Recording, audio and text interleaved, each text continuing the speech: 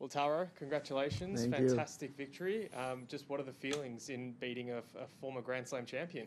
Yeah, obviously a really good feeling. I feel like I've been keeping up a really good level since I've come to Australia. Even in Adelaide, I was, in keeping a good level and like kind of building on that here as well. So, and today being able to, do that for 3 sets straight against somebody who's, obviously a legend. And I felt like I dealt with the situation really well as well. So, I'm really happy with that. We'll take the English questions in the room. Thank you. Hi, Taro. Hi, thank you. For the victory today. First thing, would you say that tonight's victory has been the biggest one in your career? That's the first one. And the second one, how much do you think that your experience in Spain made the player that you are in this very moment? I think this victory is up there with the one with Djokovic in Indian Wells. But I feel like today I played better. And the kind of tennis I played today is the kind of tennis I'd like to aspire or keep it like this is my level and keep building on that. That's the kind of goal I have, I guess. But in terms of, who I've beaten, Djokovic is probably the greatest tennis player ever. So that's also a really big one. So, but, no need to compare too much. But I think, those two are the biggest. And also, in Spain, it's the base of my game. I was there for 10 years and, really grew up with a very, very Spanish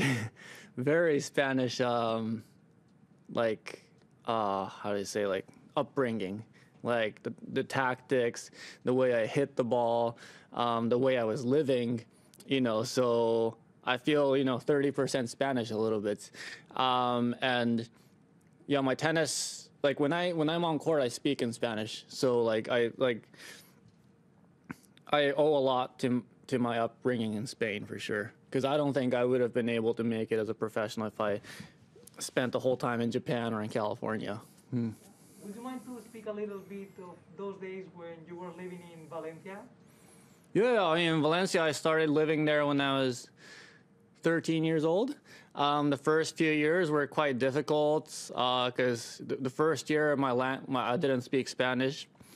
But from the second year, I could speak Spanish fluently, so that helped a lot. And then, kind of gradually starting to really understand the culture, starting to understand how to play tennis there, how to interact with people was very important in order to enjoy my time there. Because the first few years it took in Europe, it takes time to get used to. But after that, it kind of becomes your favorite place. So, yeah. Thank you. Yep, you can take a question. I would like to know if you want, where do you live now and train now, and who is your coach? Yeah, well, right now my official residence is in Florida. So whenever around the U.S., I train in the IMG Academy. But I'm kind of all over the place, wherever it's convenient at the time. Right before Australia, it was pretty convenient to be in Japan because of the time difference.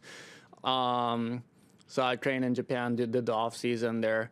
But, during Indian Wells in Miami and stuff, I'll base myself more in Florida for sure. And throughout the year, it'll be kind of half-half a little bit. And the coach right now, I'm traveling a little bit with the guy from the Japanese Tennis Federation, Mitsuru Takada. I've been, working on and off with him for the last few years. He's more kind of overseeing the whole thing instead of being a private coach.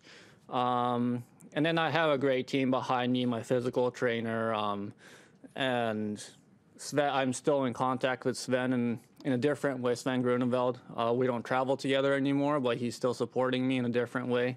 And then obviously my mental coach and my trainer, Jackie Reardon and stuff. So, yeah, that's kind of how it is right now.